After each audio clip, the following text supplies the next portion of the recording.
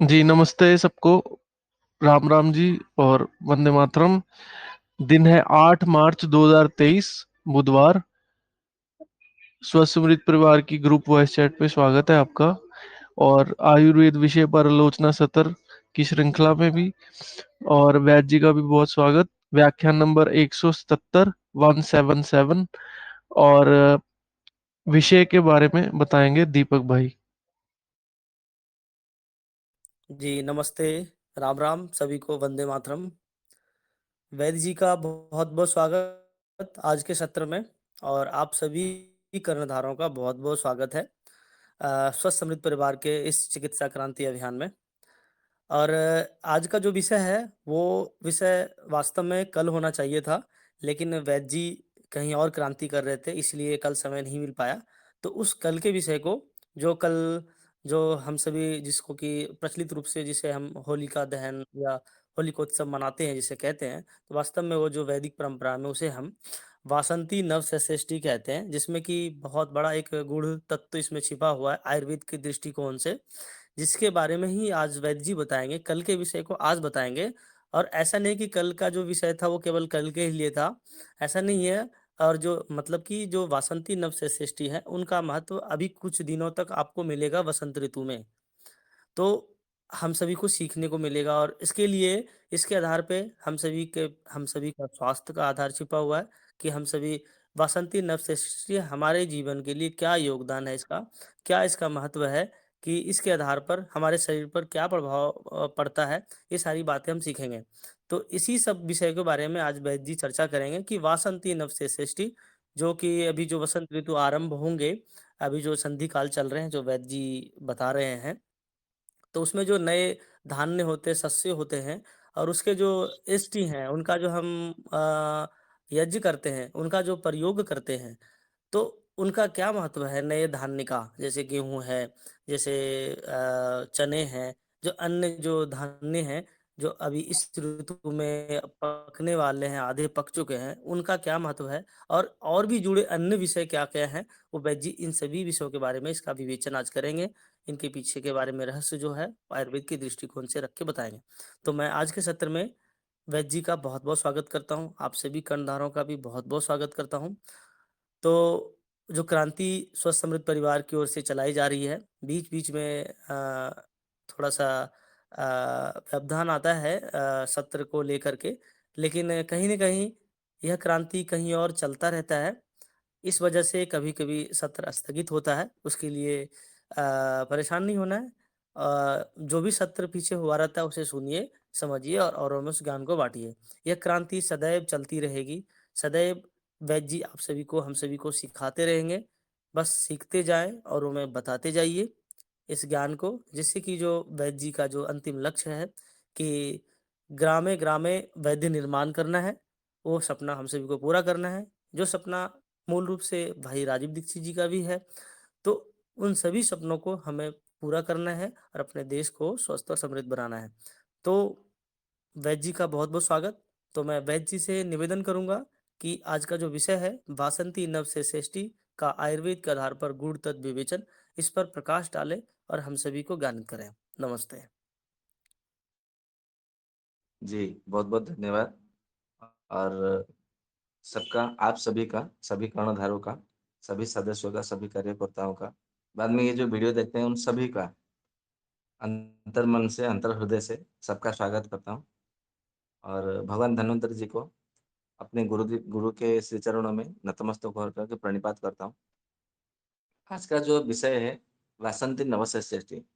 वास्तव में वासंती नवसंश्रेष्ठी जो पर्व है वो कल जा चुका है, परंतु हम थे नहीं, इसलिए ये सत्र वास्तव में परसों का होना चाहिए था। तो जो भी हो, क्योंकि ये और भी मतलब आवश्यक है हमारे जीवन में। अभी भी 1 महीना तक ये पर्व चलने वाला है, कैसे चलने वाला है वो सब हम विस्तार से चर्चा करेंगे। परंतु उससे पहले प्रतिदिन हम जो सत्र में एक सूत्र लेते थे, आज भी हमने एक सूत्र को लिया हुआ है। और ये वासंती नवसंश्रेष्ठी पर्व के साथ में जो संबंध है, उसी के आधार पर हमने सूत्र को लिया हुआ है। तो सूत्र ऐसा है कि परोपि हितवान बंधु, बंधु अपि हितम अहितम परम। नहीं, परोपि पर पर अपि हितवान बंधु, बंधु अपि अहितम परम परह। फिर कहते हैं कि अहितो देह जो व्याधि हितम अरण्य औषधि। ये महर्षि वेदव्यास जी ने अपने व्यास संहिता में लिखा हुआ है, और चाणक्य जी ने भी इसको वहां से उठा करके अपने चाणक्य नीति दर्पण वहां से भी, वहां पर भी इन्होंने इसको बयान किया हुआ है। और इसको देखेंगे तो वशिष्ठ संहिता में भी ये मंत्र, ये श्लोक उसमें भी मतलब पाया जाता है। तो व्यास संहिता में भी ये श्लोक पाया जाता है, वशिष्ठ संहिता में भी ये श्लोक पाया जाता है, चाणक्य नीति दर्पण में भी ये श्लोक पाया जाता है। तो इसका अर्थ ये है कि जो सबसे पहले त्रेतायुग के महर्षि वशिष्ठ है, ब्रह्मर्षि वशिष्ठ, सबसे पहले उन्हीं के श्रीमुख से ये श्लोक निकला हुआ है, क्योंकि ये इसका प्रमाण है। क्योंकि हम जितना पीछे पीछे जाएंगे तो सबसे पहले जिन्होंने कहा है उन्हीं के नाम को हमें बोलना चाहिए। तो महर्षि वेदव्यास जी और चाणक्य जी ने केवल उनके वाक्यों को केवल उन्होंने आवृत्ति किया है, या तो फिर जैसे हम अभी कह रहे हैं कि ये श्लोक है, तो इसी आधार पर हमें हमको ऐसा मानना चाहिए। तो ये श्लोक का अर्थ ये है कि पर अपि, जो पर है, पर यानी कि जो अनजान है, या तो यूं कहे कि कोई मतलब हमारा उनके साथ कोई संबंध नहीं है, परंतु यदि वो हमारे हित का कार्य करते हैं, हमारे कल्याण का कार्य करते हैं, मतलब हितवान, हमारे लिए मंगल करते हैं, तो हमारे लिए बंधु है। इसीलिए कहा गया है कि पर अपि हितवान बंधु, मतलब वो मतलब अनजान होते हुए भी, मतलब हमारा उनके साथ कोई संबंध नहीं है, फिर भी यदि वो हमारे साथ में संबंध कल्याण करते हैं, हमारा हमारा मंगल करते हैं, तो हमारे लिए वो बंधु है। ठीक उसी तरह कहा गया है कि बंधु अपि अहितम परह, यदि कोई अपना अपना होते हुए भी यदि हमारा अहित करता है, हमारा अमंगल करता है, अकल्याण करता है, तो हमारा अपना होते हुए भी वो पराया है। मतलब कि बंधु होने पर भी वो हमारा पर यानी कि शत्रु को भी संस्कृत में पर कहा जाता है, पर, रिपु, शत्रु, ऐसे अरि, ऐसे नामों से कहा जाता है। ठीक उसी तरह नीचे एक उदाहरण दिया है वशिष्ठ जी ने कि अहितो देहज व्याधि हितम अरण्य औषधि। अहित यानी कि कौन अहित है ना, हमारा जो देह है, हम इसको अपने देह यानी कि अपने पिंड, अपने शरीर को हम अपना मानते हैं, हम इसको कितना ध्यान रखते हैं, कितना सजाते हैं, हम नहलाते हैं, खाना खिलाते हैं, पानी पिलाते हैं, सजाते हैं, चंदन घिस के लगाते हैं, तेल की मालिश करते हैं, स्नो पाउडर, क्या क्या पता नहीं, आजकल तो सब कुछ लगाते हैं, सोयर जेल से लेकर के विभिन्न प्रकार के मतलब लगाते हैं। आप ब्यूटी पार्लर चले जाएंगे तो आपका मतलब सुबह निकल जाएंगे तो शाम हो जाएगा, इतना सारा प्रोडक्ट भरा पड़ा है। किसी शॉपिंग मॉल में चले जाओ तो ये कंपनी का ये प्रोडक्ट, वो कंपनी का वो प्रोडक्ट, आप लोगों ने देखा भी होगा, गए होंगे तो। परंतु यदि हमारे शरीर को हम अपना समझते हैं, यदि हमारा शरीर में कोई रोग उत्पन्न हो जाए, या तो फिर जब रोग उत्पन्न हो जाए तो यही शरीर हमें क्या करता है, पीड़ा देता है, कष्ट देता है, तो तब जो है हमारा शरीर हमारे लिए पराया जैसा हो जाता है। तो इसके लिए कहा गया है अहितम दहिजो व्याधि, मतलब अपने ही शरीर में जो रोग उत्पन्न हो जाता है वो हमारे लिए शत्रु के समान है। इसीलिए तो कहा गया है कि नहीं व्याधि समो शत्रु, कि संसार में रोग के समान दूसरा कोई शत्रु नहीं है, ये हमको समझना चाहिए। तो फिर आगे कहते हैं हितम अरण्यम औषधि, जो जंगल में, अरण्य यानी कि जो जंगल में औषधि होती है, वृक्ष लताएं होती है, इसका अर्थ यह है कि उस समय भी जितने सारे औषधि चिकित्सा होती थी वशिष्ठ जी के कहने के अनुसार, वहां से केवल जंगल से ही औषधि लाया जाता था। इसलिए तो देखिए कि लक्ष्मण का जो शक्ति भेद मतलब हुआ था इंद्रजीत के मतलब कहने पर, इंद्रजीत के मतलब बाण छोड़ने पर, तो वो भी हिमालय पर्वत से ही ला करके तो बूटी वहां पे चिकित्सा किया गया था। तो वशिष्ठ ने जैसे कहा है कि हितम अरण्य औषधि, मतलब जंगल से लाया हुआ औषधि जो है हमारे लिए हितकारक है, परंतु वो अपना नहीं है, क्योंकि वो पराया है, कहीं और मतलब दूरी पर रहता है, परंतु हमारे हित की हित करता है, इसके लिए वो हमारे लिए बंधु है जैसा ही है।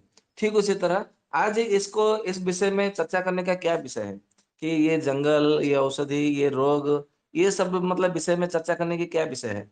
इसीलिए विषय है क्योंकि वैद्यों को मतलब जो वेतन दिया जाता है, वेतन तो नहीं, कुछ पारितोषिक पारितोषिक भी नहीं कहा जा सकता, कुछ दक्षिणा दिया जाता है, या तो कुछ ऐसा कि उपहार दिया जाता है। वो कैसे दिया जाता है, कब दिया जाता है, हमारा सृष्टि के आरंभ से क्या-क्या उसका विधान है, और ये वासंती नवसृष्टि का हमारे भारतवर्ष में क्यों पालन किया जाता है, उसका क्या महत्व है, उसका पुंखानुपुंख भाव से पूरा एकदम सूक्ष्मता के विषय से, बारीकी के बारीक से विषय को लेकर के हम आज के विषय में चर्चा करेंगे। परंतु उससे पहले एक सिद्ध योग भी ले लेते हैं।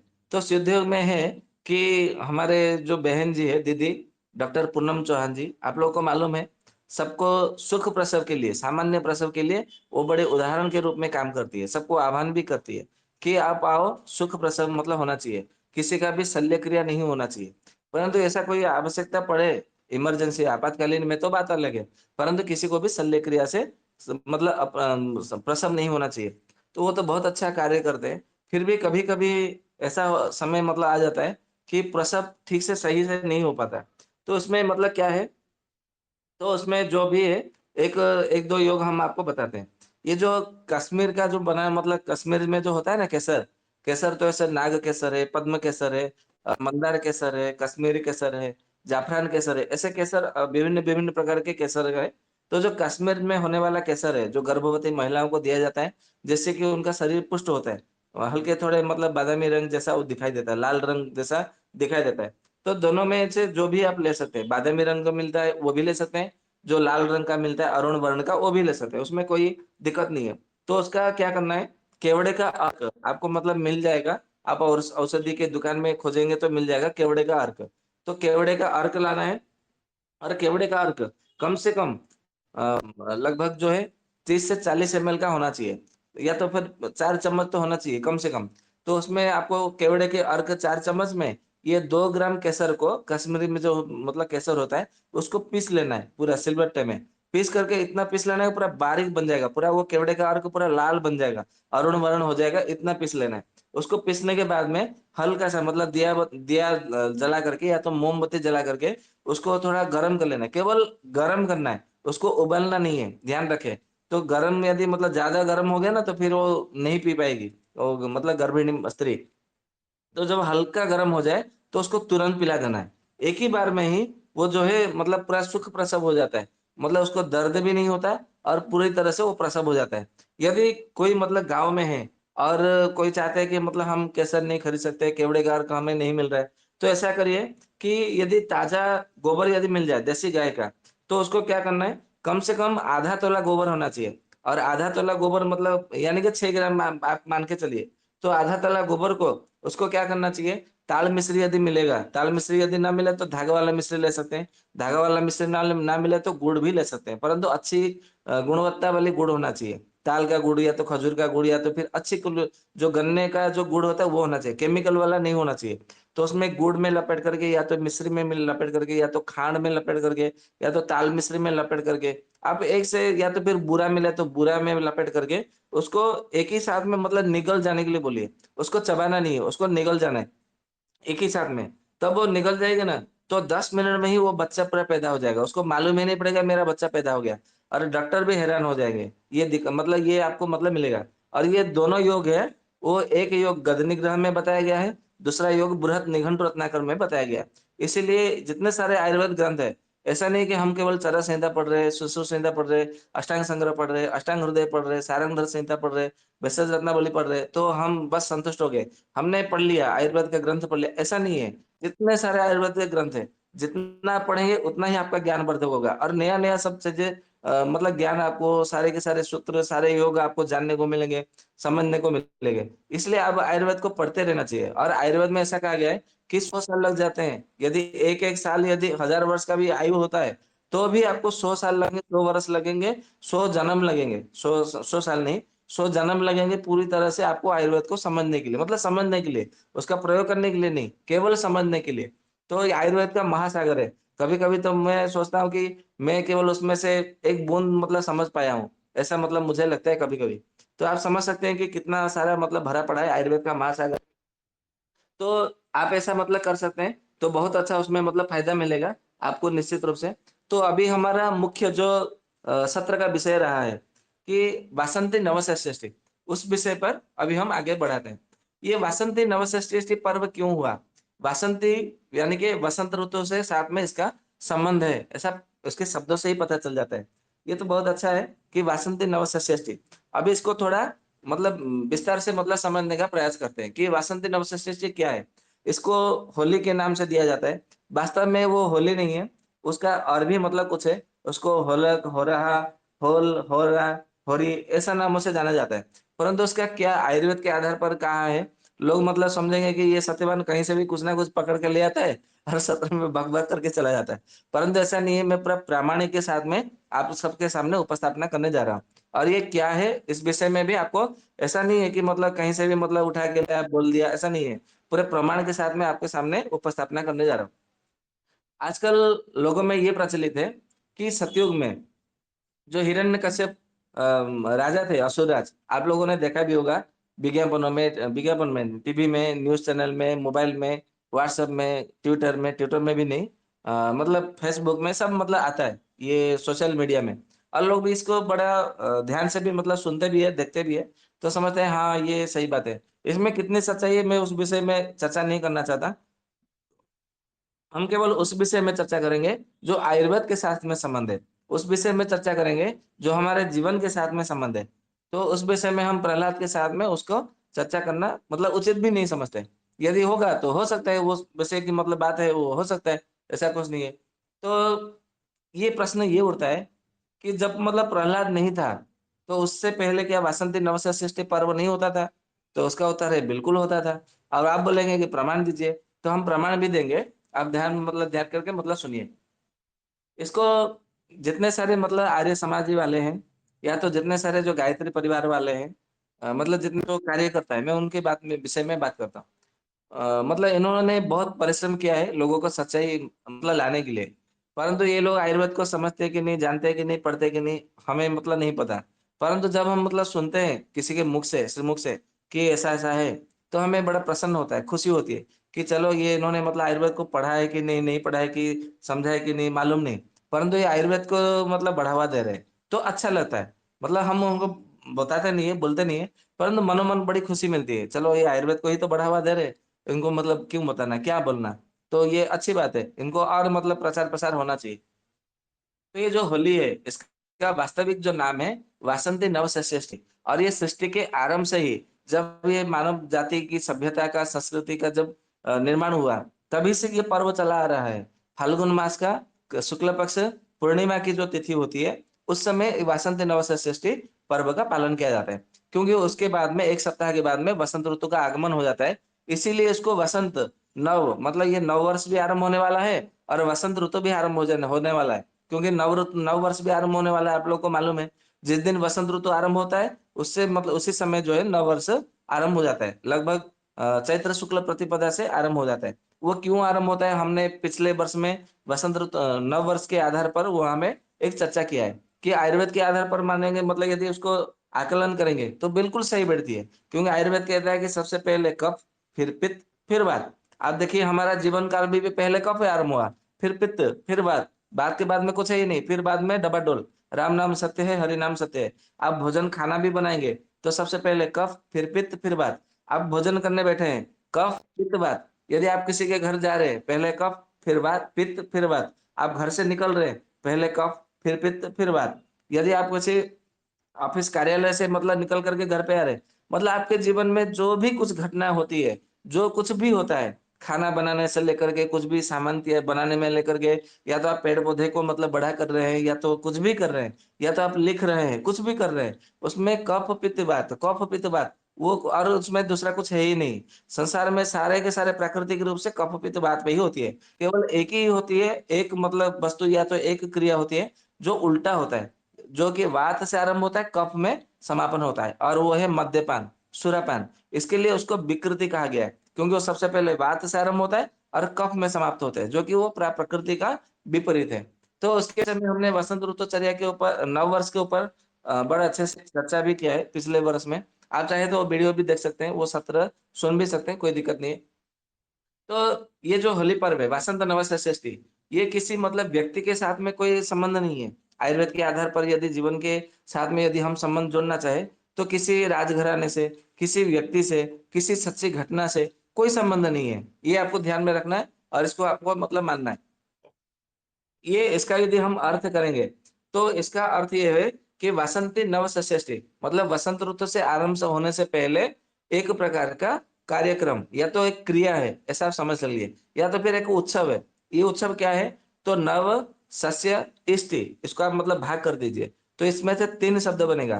पहले शब्द बनेगा नव, नव का अर्थ है नूतन, कुछ नया।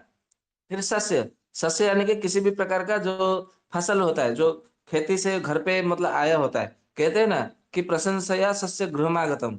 जब तक फसल आप मतलब सस्य घर पे नहीं आ जाता, तब तक उसको प्रशंसा नहीं करना चाहिए। ऐसा शास्त्रों में, आयुर्वेद में भी वर्णन है।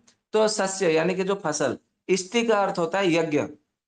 जैसे मतलब ऐसा कहा जाता है कि उपकार महामखः, मख, यज्ञ, सत्र और फिर क्रतु, इष्टि, यज्ञ, हवन, अग्निहोत्र, ऐसे यज्ञों के पर्यायवाची नाम है। आप यदि अमर कोश, हलायुध कोश, तमाल कोश आदि कोशों को मतलब यदि देखेंगे, तो उसमें बहुत अच्छे, या तो फिर शब्द कल्पद्रुम में यदि देखेंगे, तो इसमें इसमें बहुत सारे नाम बताए गए। हमारे भारतवर्ष में संस्कृत भाषा में एक-एक शब्द के अनेक-अनेक पर्यायवाची नाम होते हैं। तो यज्ञ को भी इष्टि कहा जाता है, यज्ञ को मख कहा जाता है, यज्ञ को क्रतु कहा जाता है, यज्ञ को सत्र कहा जाता है। अभी जो हमारा सत्र चल रहा है, ये ज्ञान यज्ञ है, क्योंकि इसमें ज्ञान का आदान-प्रदान किया जाता है। तो ये भी एक प्रकार से यज्ञ ही है। ठीक उसी तरह यदि कहीं पे भंडारा होता है, तो वो अन्य यज्ञ कहलाता है। यदि कहीं पे रामायण की चर्चा होती है, रामचरितमानस की चर्चा होती है, भगवत की चर्चा होती है, तो भगवत यज्ञ कहलाता है। यदि कहीं पे हम यदि अतिथि को सेवा देते हैं, यदि मतलब कोई थका हारा है, उसको यदि हम पानी पिलाते हैं, प्यासे को पानी पिलाते हैं, थका-हारे को थोड़ा विश्राम करने के लिए देते हैं।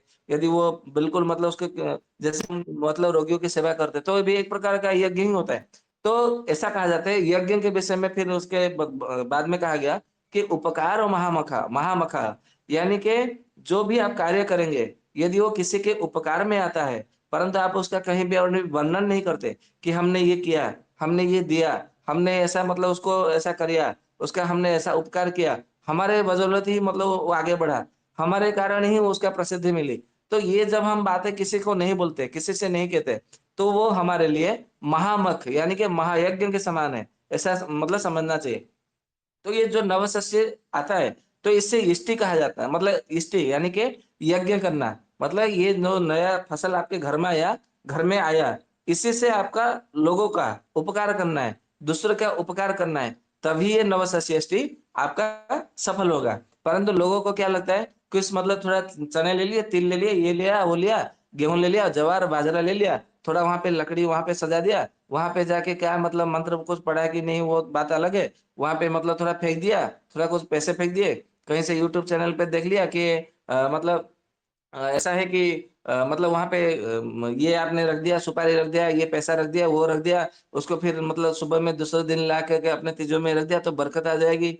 ये सब बेकार की बातें हैं। इससे कभी बरकत नहीं आती। ऐसे मूर्खतापूर्ण बातों पे कभी अपने आप को मतलब ध्यान मत भटकाइए। ये सब मतलब केवल मूर्खतापूर्ण वाक्य है और ये सब पाखंडता है और कुछ नहीं है। यदि मतलब ऐसा होता है तो कितनों की बरकत आई है मुझे बताइए। आप मतलब बरकत यदि किसको बरकत समझते हैं? बरकत वही होता है कि बरकत के विषय में ऐसा कहा जाता है कि आरोग्यम संपदम सारम। जब तक आप स्वस्थ नहीं हुए, तब तक आप धनवान नहीं है। कितना भी करोड़पति बन जाए, कितना भी अरबपति बन जाए, कितना भी खरबपति बन जाए, वो धन किस काम का? कि आपको मान लीजिए कि डायबिटीज हो गया, आपके सामने कोई लड्डू खा रहा है, रसगुल्ला खा रहा है, गुलाब जामुन खा रहा है, आप केवल अपने मुंह से लार टपकेगा और उसी लार को टप मतलब निगल जाएंगे। जैसे कोई कुत्ता किसी मतलब हड्डी को देखता है, तो हड्डी को चबाने लगता है। और उसी हड्डी को चबाते-चबाते के दाँतों से दाढ़ों से खून बहने लगता है और वही खून जो है हड्डी पर लग जाता है और ये कुत्ता बड़ा प्रसन्न हो जाता है कि अरे वाह! ये मतलब चबाते-चबाते हड्डी का मज्जा अंदर से निकाल लिया और ये उसको मतलब चाट लेता है और वो मतलब हड्डी खाने का मतलब मांस खाने के वो इतना इच्छुक होता है, इतना अभिलाषी होता है कि अपना ही रक्त को निकले हुए दाढ़ से अपने ही रक्त को वो उस हड्डी का मज़ा समझ करके उसको चाटने लगता है और बड़ा प्रसन्न होता है और आनंदित होता है। और वही आज के समय में हर किसी की है कि हम इतने परिश्रम कर रहे हैं, इतने मतलब 15 मिनट बैठ के भोजन करने के लिए 15 घंटे परिश्रम करते हैं हर कोई। परंतु वो परिश्रम भी किस काम का? किसी को लूटना है, किसी को मारना है, किसी को पीटना है, किसी को धमकाना है, किसी के मतलब भावना के साथ में खेलना, किसी की नकारात्मक मतलब सोच रखना, किसी से ईर्ष्या करना, हिंसा करना, द्वेष करना। ये सब यज्ञ कहाँ होगा? कि आपने मतलब दूसरों के साथ में दिन भर में दुःख दिया, किसी को कष्ट दिया, किसी का गला घोट करके पैसा लिए और आप मतलब अपने आप को धनी समझ रहे, कार में आ गए, फोर व्हीलर में आ गए, गाड़ी से पड़ कर करके घर पे आ गए, नए कपड़े पहन लिए और उसमें थोड़ा-सा मतलब गेहूँ धोआ मतलब जो भी मतलब आपके पकड़ के ले गए, चना थोड़ा लेकर गए और वहाँ पे लकड़ियों का मतलब सब एकत्रित हुआ है, आग जला दी गई और आपने उसमें फेंक दिया। हाँ, हो गया हमारा नरसंसृष्टि, हो गया हमारा होलिका दहन। इससे क्या होगा? इससे तो और आप और भी बीमार पड़ेंगे। उससे कुछ नहीं होता है भैया, उससे कभी बरकत नहीं आती। आप इधर से मतलब पैसा बचाने के चक्कर में जाएंगे, फिर डॉक्टर के पास में जाकर के लाखों रुपए मतलब लुटाएंगे, तो उससे बरकत थोड़ी होती है। तो बरकत कैसे आते थे? हमारे मतलब थोड़ा 50 साल 100 साल पीछे चले जाएंगे, जब भारत स्वाधीन नहीं हुआ था, उससे पहले जाना पड़ेगा। क्योंकि जब से भारत हमारा स्वाधीन मतलब स्वाधीन तो नहीं हुआ है, राजीव भाई के भाषा में कहें तो ये तो हस्तांतर हुआ है। और बिल्कुल ये सत्य है, आप लोग सभी जानते भी है, इसमें बताने की कोई आवश्यकता नहीं है, क्योंकि इसमें केवल आपका और हमारा समय ही नष्ट होगा।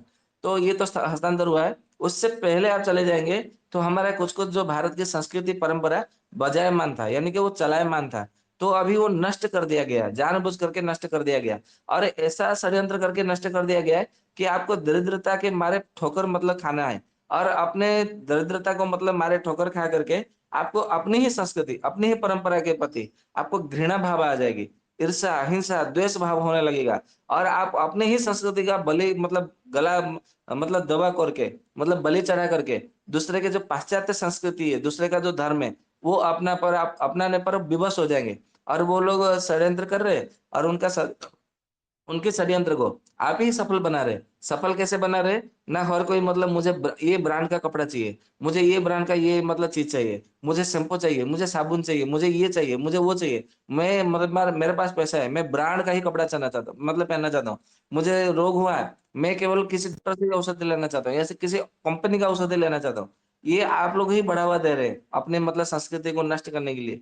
यदि आपको चलना है तो वासंती नवषष्ठी को आपको पालन करना पड़ेगा। तो वासंती नवषष्ठी जो पर्व है, मतलब जो हमारा यज्ञ करने का है, वो यज्ञ ये है, यज्ञ करने के लिए आपको घी की आवश्यकता नहीं है, किसी संविदा की आवश्यकता नहीं है, पुरोहित ब्राह्मण की आवश्यकता नहीं है। आप यज्ञ कई प्रकार से यज्ञ कर सकते हैं। यदि किसी को भूख लग रहा है, आपने खाने के लिए दे दिया, तो एक प्रकार से अन्न यज्ञ हो गया। तो यदि आपने पूरा दिन भर यदि घी 10 किलो, 50 किलो, 100 किलो भी घी यदि हवन किया होगा, तो जितना पुण्य आपको वहां मिलेगा, किसी भूखे को भोजन दिलाने पर, किसी प्यासे को पानी पिलाने पर, वैशाख और ज्येष्ठ के महीने में यदि किसी को छाता की आवश्यकता है, या तो चप्पल पादुका की आवश्यकता है, यदि आपने चप्पल भी दे दिया है, तो छाता भी दे दिया है, तो छत्र दान से या तो पादुका दान से भी आपको वही पुण्य मिलने वाला है। परंतु इसको विश्वास से आपके साथ में मतलब अपने जीवन में काम करना पड़ेगा। तो ये बसंत नवसस्यष्टि का हमारे जीवन के साथ में कैसे मतलब हमारा बरकत होगा, और साथ में हमारा कैसे मतलब हम आरोग्य संपदम सारम जो आयुर्वेद में कहा गया है, कैसे हो सकता है, उसके विषय में हमें जानना पड़ेगा। तो हमारा जो फसल होता है, शस्य होता है, वो दो प्रकार का होता है। दो प्रकार का मतलब होता है, तो आप बोलेंगे कि हाँ हमको साइंस ने बताया है, हम जब मतलब साइंस पढ़ रहे थे कृषि विज्ञान, तो उसमें हमको बताया है कि दो प्रकार का होता है। तो उनको कैसे पता चला दो प्रकार का होता है? उनको इस तरह से पता चला कि दो प्रकार का होता है, क्योंकि आयुर्वेद में बताया गया है, क्योंकि आयुर्वेद में कृषि सार में महर्षि पराशर ने मतलब कृषि सार नाम का ग्रंथ लिखा है, कृषि पराशर नाम का ग्रंथ लिखा है। अन्य अन्य ऋषियों ने भी इसको बड़े विस्तार से मतलब बताया गया है, लिखा है। तो उन्होंने वहीं से उसको कॉपी पेस्ट करके चुरा करके लिए है। अब जितना भी मतलब समझते हैं ये ज्ञान हमको अंग्रेजी भाषा में मिला है, सारे के सारे कॉपी पेस्ट करके चुरा कर हमारा ज्ञान कॉपी करके मतलब चुरा करके अंग्रेजी में अनुवाद करके दूसरा भाषा का प्रयोग करके दूसरा उसमें सूत्र फार्मूला करके लगा करके आपको ही मतलब भेज दिया जा रहा है। जैसे हमारे यहाँ से रुई लेते हैं, कपड़ा बना करके हमको देते हैं, तो आपको लगता है कि ये फॉरेन कंट्री से आ रहा है, बड़ा इंपॉर्टेंट कपड़ा है। अरे भैया रुई कहाँ से आया, ये तो बताओ। तो रुई तो भारत का है, तो फिर कपड़े का ही भारत में क्यों नहीं बन सकता? ये हमारी मतलब बुद्धि काम नहीं कर रही है, हमारा विवेक वहां पे काम नहीं कर रहा है। केवल इतना ही मतलब फर्क है।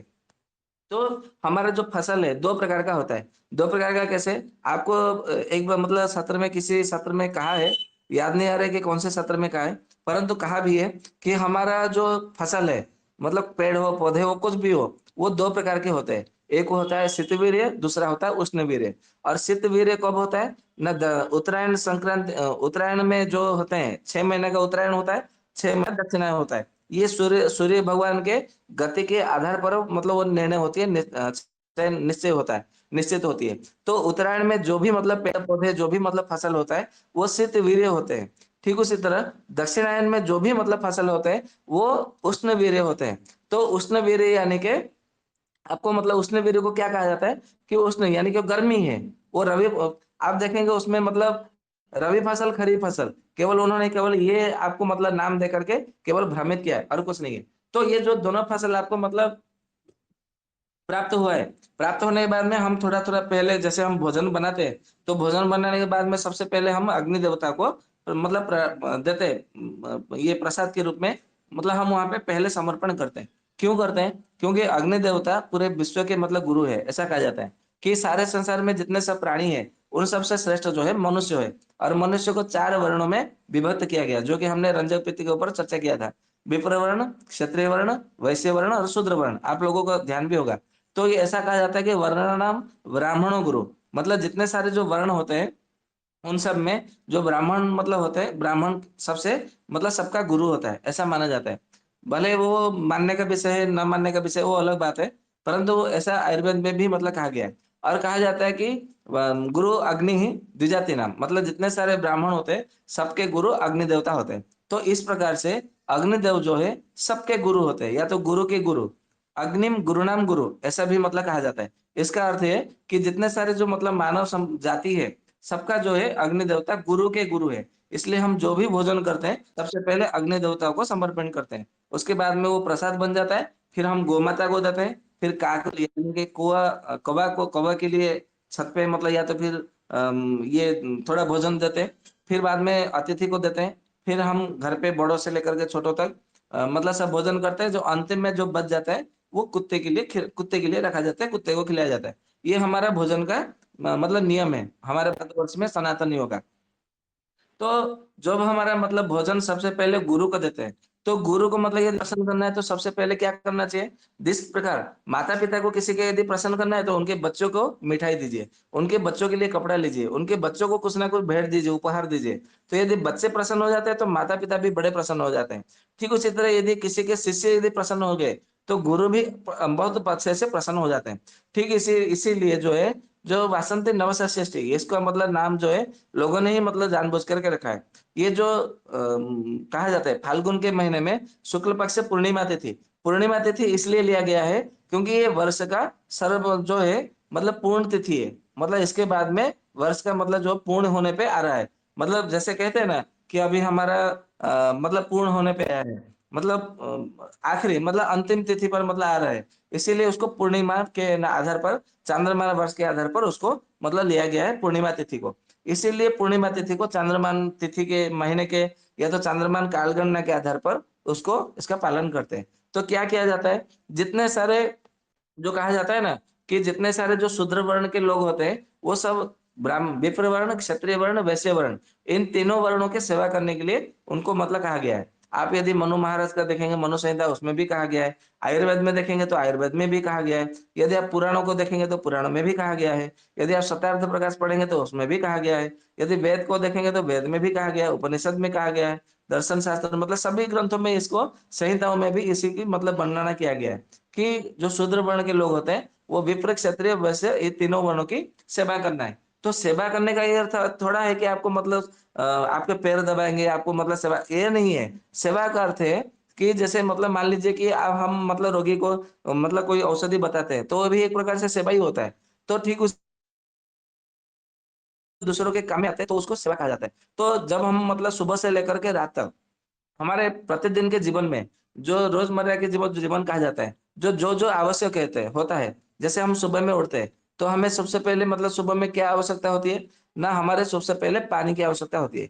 तो पानी कहाँ से आता है? या तो तालाब में आएगा, तालाब से आएगा, या तो कुएं से आएगा, या तो फिर नदी से आएगा। तो हर गांव में नदी हो ये संभव नहीं है, इसीलिए तालाब खोदना पड़ता है, कुआं खोदना पड़ता है। तो तालाब और कुआं कौन खुदवाता है? एक विशेष वर्ग की मतलब होती है, जो कि आज मतलब भारत स्वाधीन भारत के बाद में उसको एससी, एसटी, ओबीसी ऐसे मतलब नाम दे दिया गया है, और बाद में उनको हरिजन ऐसा बता दिया गया है। तो वो लोग ही मतलब आके कुआं खोदते हैं, तालाब खोदते हैं। तो उनको सबसे पहले उनकी आवश्यकता होती है, ये ध्यान में रखिएगा।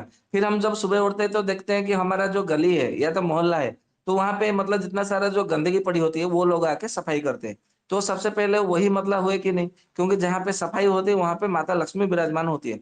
तो जहाँ पे गंदगी होती है वहां पे दरिद्रता आती है, क्योंकि दरिद्रता इसलिए आती है वहां के, वहां पे रोग आता है। तो रोग आता है तो लक्ष्मी अपने आप में मतलब पैसा खर्च होना स्वाभाविक है। ठीक उसी तरह मतलब कहा गया कि आगे और मतलब बढ़ते हैं। तो हम मतलब उठते हैं, स्नान करने के लिए जाते हैं। फिर मतलब मंजन को तो कोई बात नहीं, दांतन की कोई बात नहीं, क्योंकि आप वो पेड़ से भी ले सकते हैं, या तो मंजन आप अपने घर में भी बना सकते हैं। तो फिर वहां पे फिर हम स्नान करने के लिए जाते हैं। स्नान करने के लिए आते हैं तो फिर हमको क्या करता है, तेल की आवश्यकता होती है। तो तेल कौन देगा? जो तेल वाला होता है, जिसको तेली कहा जाता है, वो आपको ला के तेल देंगे। आपको मतलब जीवन सारा जितना आवश्यकता है वही देंगे, क्योंकि उनका वो कर्तव्य बन जाता है। फिर आपने तेल की मालिश किया, तो फिर आपको मतलब स्नान करके जब पहनेंगे तो अच्छे कपड़े पहनेंगे, तो कपड़ा कौन देगा? तो कपड़ा जो वस्त्रकार होते हैं, जो तंतु कहा जाता है, तंती या तंतुकार कहा जाता है, उनका कर्तव्य है वो आपको कपड़ा देना, तो कपड़ा वो देंगे। फिर कपड़े पहन करके आने के बाद में ऐसा कहा जाता है कि आपको जो है दही का मतलब सेवन करना चाहिए, या तो दही का दर्शन होना चाहिए, या तो फिर आपको मतलब सोने का अंगूठी पहनना चाहिए, हीरे का अंगूठी पहनना चाहिए, या तो रजत माला पहनना चाहिए, या तो मणि मंत्र रत्न, मतलब जो गरीब जो धनवान है वो रत्नों को धारण कर सकता है। जो गरीब है वो तो केवल दही का सेवन मतलब कर सके, या तो फिर दही का मतलब केवल दर्शन करने मात्र से भी उसका जो दिन है वो शुभ हो जाता है। तो दही कौन देगा? तो दही अपने घर में भी हो सकता है, या तो फिर जो ग्वाला होता है, तो ग्वाला के घर से भी आपको मतलब दही मिल सकता है, या तो जो वैश्य वर्ण के होते हैं वो वैश्य वर्ण के नहीं, जो ग्वाले होते हैं वही आपको दही देंगे। तो ग्वाले भी मतलब शूद्र वर्ण में ही आते हैं, अच्छे शूद्र में। ठीक उसी तरह जो जितने सारे जो रत्न होते हैं, मतलब स्वर्णकार, रौप्यकार, कंसाकार, रजतकार, या तो ये रत्नकार, ये सब के सब मतलब शूद्र वर्ण में ही मतलब आते हैं। तो वो सब आपके मतलब जीवन में काम में आए।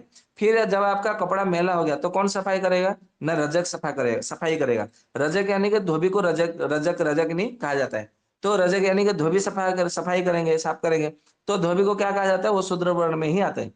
फिर आप जब घर पे आते हैं, तो आपके घर में जो भी कुछ भी आवश्यकता होती है, भोजन से लेकर के, या तो फिर आपको मिट्टी का बर्तन चाहिए खाना बनाने के लिए, या तो किसी भी मतलब कांसे का, पित्तल का जो भी मतलब बर्तन चाहिए, या फिर तांबे का मतलब लोटा चाहिए, वो सब कौन देगा? वो जो मतलब कंसा जो बासन का मतलब काम करते हैं, वही बर्तन का जो काम करते हैं वही देंगे। या तो जो मिट्टी का काम करते हैं, जिसको कुंभकार कहा जाता है संस्कृत में।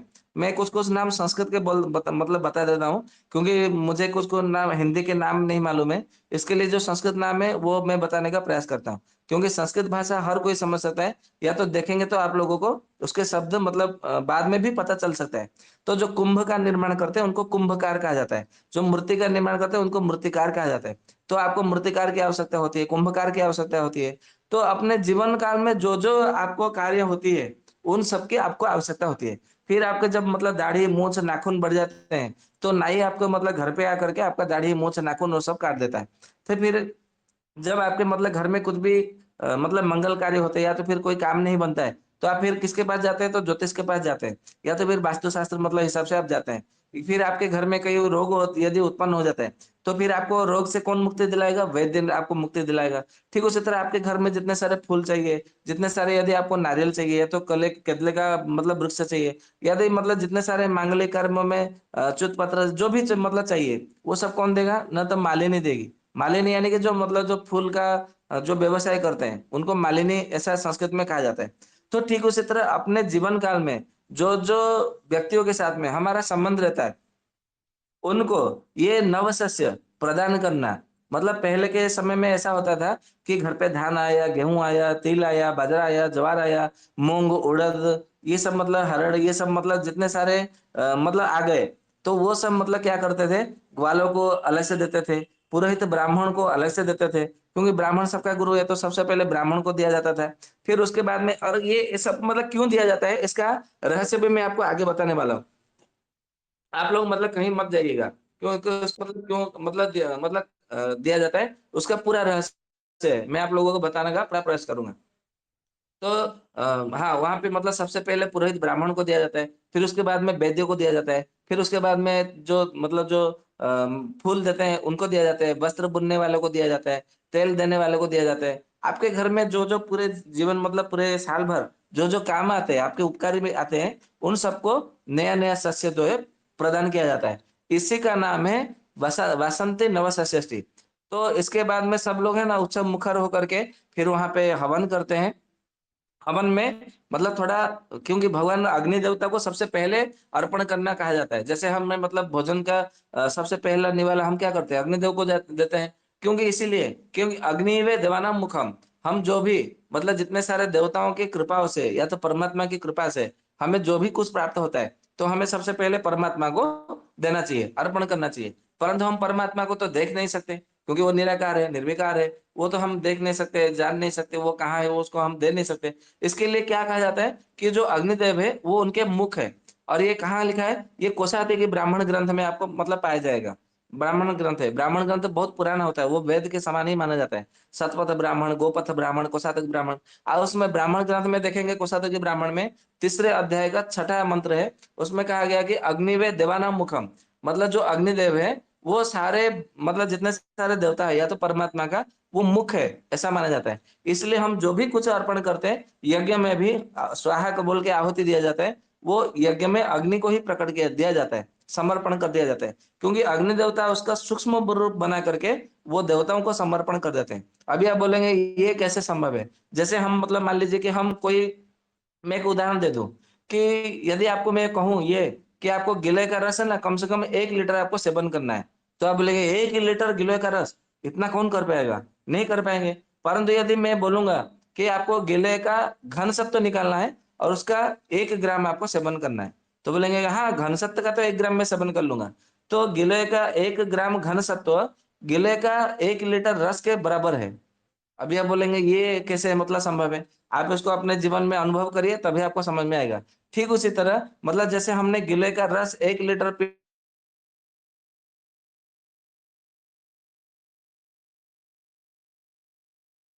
ठीक उसी तरह हमारे जो जो भी मतलब द्रव्य पदार्थ है, यदि हमने अग्नि देवता को अर्पण कर दिया, समर्पण कर दिया, तो उसका सूक्ष्म रूप बना करके वो परमात्मा को, तो देवता को वो समर्पण कर देते हैं। इसीलिए कहा गया कि अग्नि वे देवता देवता मुखम, देवानाम मुखम। तो फिर बाद में कहा जाता है कि सबको, मतलब हम मतलब तेलियों को, वस्त्रकारों को, मतलब सबको हमने, उनको साल भर का हम अपने शक्ति के अनुसार उनको अर्पण कर दिया। वैद्य को भी दे दिया, मतलब आपको साल भर में जितना सारा तेल चाहिए वो तेली वाला आपको, मतलब तेल वाला आपको निकाल करे, जिसको तैलकार संस्कृत में कहा गया, तैलकार, क्योंकि वो तेल बनाते हैं इसलिए उनको तैलकार। जो वस्त्र बनाते हैं उसको वस्त्र। ऐसे मतलब जो जो कार्य करते हैं उनके आगे केवल कार लगा दो तो उनकी मतलब कुल का पता चल जाता है। केवल मतलब धोबी को रजक, रजकिनी, और जो मतलब ये होते हैं जो नाई होते हैं उनको बारीक, नापित, ऐसा नाम से जाना जाता है। तो इन सबको इसलिए दिया जाता है क्योंकि उन सब से द्वारा हमारा स्वास्थ्य की रक्षा होती है, हमारे परिवार की रक्षा होती है। और गांव में जो जितने सारे पहरे देने वाले जो मतलब लोग होते हैं, जिनको चांडाल कहा जाता है, उनको भी मतलब नवशिष्टि, मतलब उनमें शामिल किया जाता है, परिगणन किया जाता है। तो इस आधार पर देखेंगे तो जो लोग बोलते हैं ना जात पात के आधार पर, मतलब ये हिंदू धर्म को खंडन करने का, भारत देश को बंटवान बांटने का, टुकड़े टुकड़े करने का जो सपना ले रहे, षड्यंत्र ले रहे, वास्तव में जब जिस दिन हिंदू धर्म के, सनातन धर्म के लोगों को नवसृष्टि पर्व का वास्तविकता पता चल जाएगी, उस दिन से ये जात पात में, मतलब आपको जो लड़ाने वाले होते हैं उनका मतलब षड्यंत्र बेकार हो जाएगा, पूरा तरह से फेल हो जाएगा। परंतु नवसृष्टि पर्व क्या है, हमारे भारत के संस्कृत का आधार, आयुर्वेद के आधार पर वो सबको बताना पड़ेगा, वो सब समझाना पड़ेगा, तभी ये संभव हो सकता है। तो यदि मतलब मान लीजिए यज्ञ में यदि उनको निमंत्रण नहीं है, उनको मतलब आना नहीं है, तो फिर उनको क्यों बुलाते हैं? और ऐसा नहीं है कि आज मतलब सुबह में इसको बुला के दे दिया, शाम को दोपहर को उसको दे दिया, मतलब दोपहर के बाद में दूसरे को दिया, ऐसा नहीं है। सबको एकत्रित होकर के बुलाते हैं, क्योंकि ये हमने बाल्यावस्था में देखा भी है हमारे उड़ीसा में। बाकी अन्य राज्यों के विषय में तो पता नहीं, परंतु अभी भी हमारे उड़ीसा में कुछ-कुछ गाँव में गाँव गाँव में अभी भी कुछ-कुछ प्रचलन है। परंतु कुछ-कुछ गाँव में ये पूरा लोप हो गया है। अभी लुप्त कैसे हो गया, क्यों हो गया? और आप लोगों को मालूम भी है कि सारे के सारे अंग्रेजी मीडियम स्कूल में मतलब भेजते हैं। गाँव छोड़ कर के शहर में आने लगे हैं। तो जो मतलब पहले पीढ़ी थे, जो बुजुर्ग थे, वो धीरे-धीरे दुर्बल हो गए, तो ये धीरे-धीरे बंद हो गया अपने आप में। और गौ माता भी नहीं रही, तो सारे के सारे मतलब कोई विदेश में चला गया, कोई शहर में चला गया। तो इस तरह से धीरे-धीरे जो है हमारा संस्कृति नष्ट होने पे मतलब तुला हुआ है। परंतु हमें अपने संस्कृति को पुनः उजागर करना है, पुनः मतलब उद्दीप्त करना है, तभी ये मतलब हमारा भारत विश्व गुरु बनेगा, नहीं तो नहीं बन सकेगा। तो ठीक उसी तरह जब हम यज्ञ करते हैं, फिर मतलब ये सृष्टि हो गया, उसके बाद में भगवान अग्नि देवता को सबसे पहले अर्पण किया जाता है। उसके बाद में जो चना है, वो फिर मतलब दिया जाता है सबको सेवन करने के लिए प्रसाद के रूप में, और उसको होली का नाम से जाना जाता है। आप लोग बोलेंगे कि ये क्या बात हो गया, ये ऐसे थोड़ी बोलने से थोड़ी हो जाता है। ग्रंथ का नाम है अग्नि संहिता, और अग्नि संहिता का जो रचयिता है वो महर्षि अग्नि है। अग्नि यानी कि जो अग्नि देवता के विषय में अभी थोड़ी देर में बात कर रहे थे, वो नहीं। अग्नि देवता जैसे अंगिरा ऋषि है, महर्षि वशिष्ठ है, महर्षि वेदव्यास जी है, जैसे मतलब हमारा महर्षि चरक जी है, महर्षि सुश्रुत जी है। ठीक उसी तरह एक ऋषि भी हुए महर्षि, जिन्होंने अपने नाम से आयुर्वेद ग्रंथ का प्रणयन किया, जिसको अग्नि तंत्र या तो अग्नि संहिता के नाम से जाना जाता है। हालांकि जब मतलब ये खिजे ने जब उसको जला डाला, ये हमारा क्या जला डाला था, नालंदा विश्वविद्यालय, तक्षशिला, विक्रमशिला जला दिया था, तो हो सकता है कि उस समय उसमें अग्नि संहिता मतलब रही होगी और वो जल करके भस्म हो गया, वो नष्ट हो गया, द्रव्य मतलब दग्धीभूत हो गया। परंतु उसका कुछ-कुछ जो है ना, जैसे मतलब मैंने अपने गुरु के मुख से सुना था कि अग्नि संहिता में महर्षि अग्नि ने ये बात बताया था। तो मैंने आज आप लोगों को बता दिया, आप लोग फिर आगे बताएँगे। तो इस प्रकार से अग्नि संहिता का ये एक जो मतलब श्लोक मैं आप लोगों को बताने वाला हूँ, वो ऐसा गुरु शिष्य परंपरा से वो नीचे मतलब चलती आ रही है। परंतु अग्नि संहिता जो ग्रंथ है, वो आज दुर्लभ है, मतलब कहीं पे मिल नहीं रहा, दिख नहीं रहा है। परंतु संहिता में, और अग्नि संहिता कब लिखा गया? चरक संहिता के बाद में ही अग्नि संहिता लिखा गया है। और ये अग्नि संहिता जो है सतयुग में लिखा गया, आज का विषय नहीं है। तो हो सकता है कि सतयुग में भी वो पालन किया जाता था, तभी तो अग्नि संहिता में लिखा गया। और अग्नि संहिता का विषय को, ये जब मतलब हमने श्लोक को जब हमने देखा कि आयुर्वेद में कौन से ग्रंथ है, तो इसी ग्रंथ मतलब इसी श्लोक को, जो श्लोक हम बताने वाले 2 श्लोक, उसी 2 श्लोक को आचार्य भाव मिश्र जी ने अपने ग्रंथ भाव प्रकाश निघंटु के कृतान्न वर्ग में भी इसको शामिल किया है। आप चाहे तो भाव प्रकाश निघंटु कृतान्न वर्ग, उसी में मतलब देखेंगे तो 178 जो श्लोक है वो उसमें मतलब पाए जाते हैं। तो श्लोक ऐसा है कि अर्धपक्वे समिधान्ये तृण भृष्टे च होलकः होलको अल्प अनिलो मेदः कफ दोषत्रायपयः भवेतयोः होलकयस्य स च तत् तत् गुणो भवेत्। इसका अर्थ यह है कि अर्धपक्वे यानी जो अधपके यानी को आधा पका हुआ। फिर कहते हैं कि समिधान्य मतलब समी धान्य चना आदि जितने सारे हैं, समी धान्य, धान्य यानी के ये बहुवचन है, धान्य, धान्य का अर्थ है जितने सारे जो धान है। धान्य वर्ग में मतलब आपको जाएंगे तो 18 प्रकार के धान्य आपको मतलब जानने को मिलता है।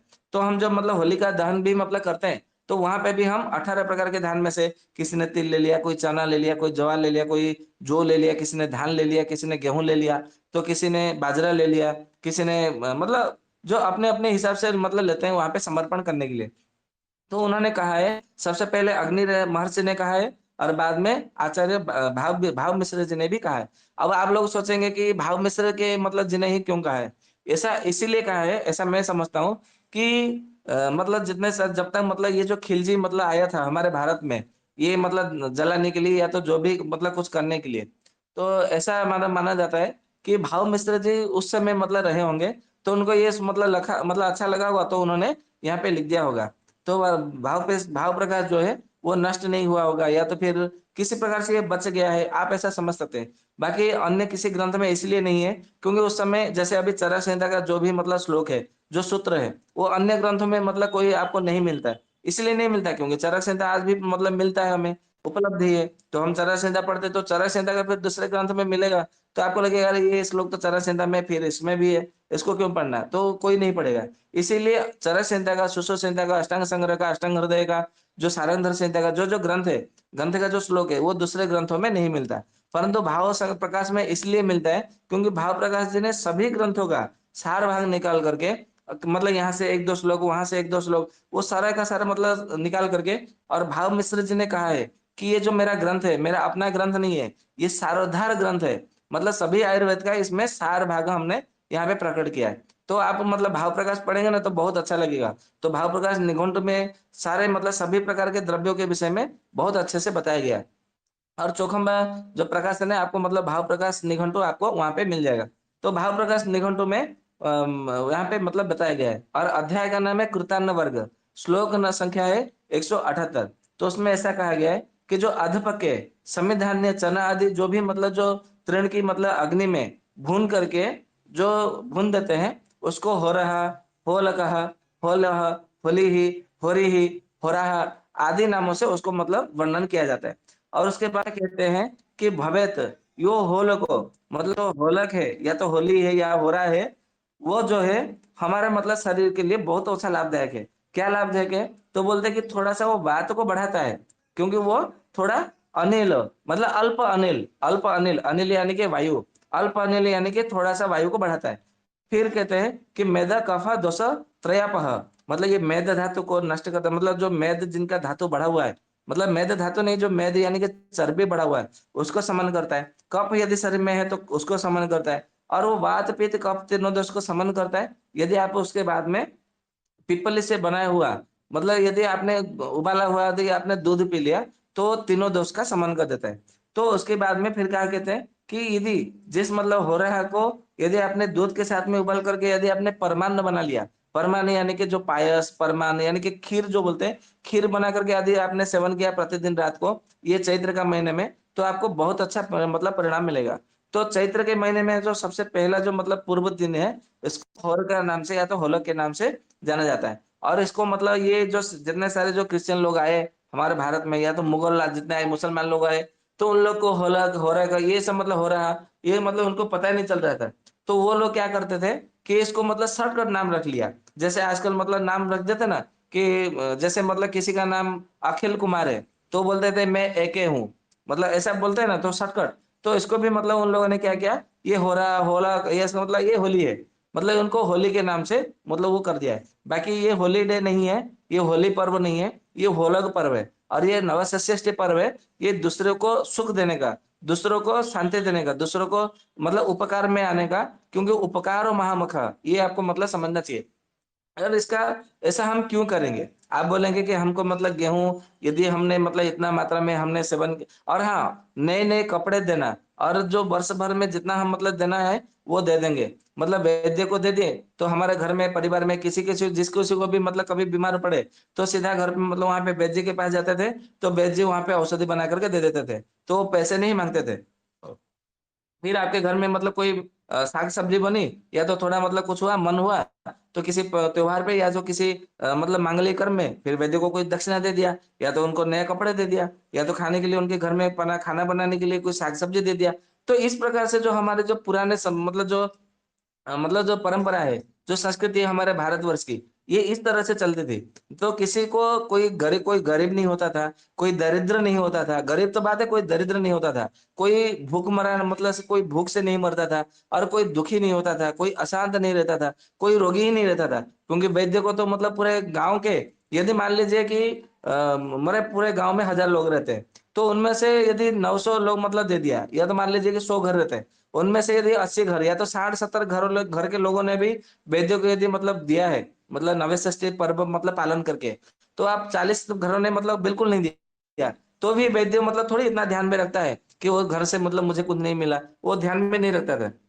तो फिर मतलब वो क्या करते थे, वो चिकित्सा देते ही देते थे, वो औषधि देते ही देते थे।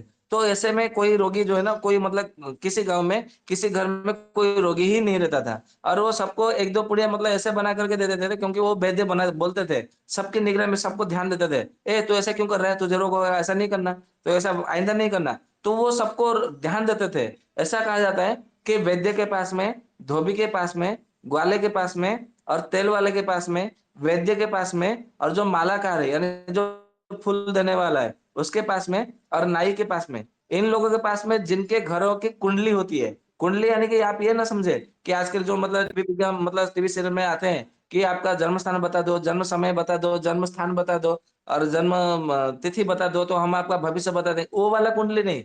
कुंडली यानी कि आपका पूरा आचरण, आपका पूरा व्यवहार, आपका मतलब घर परिवार गृहस्थी का चाल-चलन, वो सबको उनको पता होता था।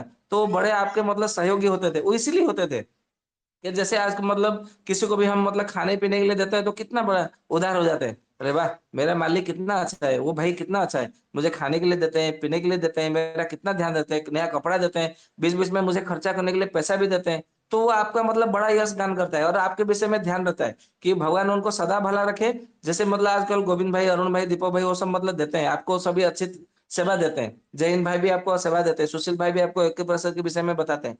तो आप लोगों के मन में क्या मतलब मन में क्या निकलता है कि भगवान उनको भला करे, उनको अच्छे से रखे, सुख से रखे, उनको कभी कोई मतलब तकलीफ ना हो, कभी कोई कष्ट ना हो। जिससे यदि उनको कभी मतलब वो अच्छे से रहेंगे, तो वो हमारा ध्यान रखेंगे, वो हमारे लिए मतलब अच्छे से ध्यान रखेंगे। तो आप परमात्मा से आप यही प्रार्थना करते हैं ना, तो उस समय भी ये लोग यही करते थे कि ये लोगों ने हमको मतलब इतना सारा कुछ दिया है, इतना स्नेह देते हैं, उतना आदर देते हैं, इतना सब कुछ देते हैं, तो भगवान भी मतलब इनको मतलब मैं कैसे इनका ये उपकार मैं ऋण कैसे चुकाऊँ, कैसे मतलब मुक्त करूँ? इसके आधार पर जो है, वो लोग मतलब पहले से ध्यान में रखते थे। तो ये बात तो हो गया नवशिष्टि का। अब मतलब बात करते हैं जो पुरोहित होते थे, जो ज्योतिष होते थे, वो उनको क्यों दिया जाता था नवशिष्टि का? वो भी विषय विषय जानना आपके लिए परम आवश्यक है। तो कहा जाता है कि जब हमारा नवशिष्टि पर्व होता है, तो पूरे साल भर कैसा रहेगा, हमारा मतलब ये साल वर्षा कैसी होगी, इस साल मतलब कैसे मतलब फसल होगा, ये वर्ष मतलब क्या-क्या होने वाला है, किसके लिए क्या मतलब समस्या होने वाली है और उसका क्या प्रतिकार है, वो सब मतलब बता देते हैं। अभी 9:30 बज गया है, फिर भी मैं थोड़ा कम समय में आप लोगों को बताने का प्रयास करूँगा। तो ऐसा मैं ये वर्ष का मैं आप लोगों को बता देना प्रयास करता हूँ, क्योंकि मैं जानकारी के लिए बता दूँ आप लोगों के, हम लोग मतलब हमारा जो परिवार है, वो हमारे मतलब राजगुरु राजघराने के गुरु रहे हैं, पहले। मतलब अभी जब से मतलब राजघराना राज परिवार मतलब शासन नहीं चल रहा है, तब से हमारा मतलब जो परिवार है, वो थोड़ा मतलब बिखर गया है। नहीं तो हमारा जो परिवार है ना, वो राजघराना का मतलब गुरु है, राजगुरु का परिवार है हमारा। इसलिए हम लोग जो मतलब यही काम करते थे पहले भी। तो वो बात अलग बात है कि हम क्या करते थे, वो बात अलग है। तो मैं आप लोगों को बता दूं कि ये साल में क्या-क्या होने वाला है और किस तरह से हमको मतलब रहना चाहिए। तो ये साल जो है ना, सबके मतलब जैसे हमारा मंत्रिमंडल परिवर्तन हो जाता है, ठीक उसी तरह देवताओं का भी मंत्रिमंडल परिवर्तन हो जाता है। तो ये साल जो है, राजा होते हैं, शुक्र ग्रह को राजा बनाया जाता है। तो जब शुक्र ग्रह राजा होते हैं, तो सारे मतलब सारे पूरे भारतवर्ष में मतलब देखेंगे तो बहुत अच्छी वर्षा होती है और फसल मतलब शस्य जो है ना, बहुत अधिक मात्रा में होती है। और विशेष रूप से जिस वर्ष मतलब शुक्र राजा होते हैं, तो उस वर्ष जो है कलिंग में, उत्कल देश में और मालव देश में, ये आपको आपको मतलब संस्कृत के नाम से इस आधार पर मैं बता देने का प्रयास करता हूँ। तो कलिंग देश, उत्कल देश और मालव देश में बहुत अच्छा अधिक मात्रा में वहाँ पे शस्य मतलब होती है और वर्षा भी बहुत अच्छा होता है। तो ये वर्ष जो है ना, चंद्र मंत्री होने वाले हैं और ये मंत्री जब चंद्र होते हैं, तो बंग देश में, उत्कल देश में और पांचाल देश में, केरल में, ये बहुत अच्छा मतलब लोग मतलब बहुत अच्छे रहते हैं और पूरे भारतवर्ष में अच्छे होते हैं, परंतु ये देश में बहुत अच्छे से लोग रहते हैं, बड़े प्रसन्न से रहते हैं। ये मतलब उनको कोई अनिष्ट नहीं होता, कोई इतना विपत्ति नहीं आता है। ठीक उसी तरह पुरोहित के पद में बृहस्पति को मतलब दायित्व दिया गया है। मतलब जब हमारा नया वर्ष आरंभ होगा, अप्रैल 14 से मतलब ये सब नियम लागू होने वाला है। बराबर। जैसे हमारा मतलब कोई भी नियम लागू होता है, संविधान लागू होता है, तो अप्रैल से मतलब महीने से लागू होता है। तो ये भी अप्रैल 14 से मतलब ये आरंभ होने वाला है। सौर वर्ष जब आरंभ होगा, तब आरंभ होने वाला है। तो इसमें ऐसा कहा गया है कि सारा जो पृथ्वी है, मतलब शस्यों से भर जाएगी, जो सुजलाम सुफलाम सस्य श्यामलाम जो कहते हैं, और धर्म मतलब कार्य में सभी रत रहेंगे, जितने सारे मनुष्य है, प्राणी है, और विशेष रूप से जो कान्यकुब्ज जो नाम का जो देश है, वहाँ पे वहाँ के जो रहने वाले लोग हैं, वो थोड़े मतलब रोगी होंगे, ऐसा कहा जाता है। फिर जो मतलब ज्योतिषी है, वो रवि मतलब सूर्य भगवान को मतलब दिया गया है। तो ऐसा कहा जाता है कि पित्त का रोग अधिक मात्रा में होगा और कहाँ-कहाँ होगा? तो कहते हैं कि बंग में होगा, कर्नाटक देश में होगा और वहाँ पे अधिक मात्रा में वायु की पीड़ा होगी। वायु का पीड़ा होगी यानी कि वात का रोग हो सकता है या तो फिर गैस एसिडिटी की समस्या हो सकती है और पित्त रोग मतलब अधिक मात्रा में होगी और क्षुद्र अंत्र और बृहद अंत्र मतलब यानी कि छोटे आंत, बड़े आंतों में वहाँ के लोगों को मतलब थोड़ी समस्या मतलब होगी। तो उसी तरह आगे कहते हैं जो परीक्षक है वो बुध महाराज है।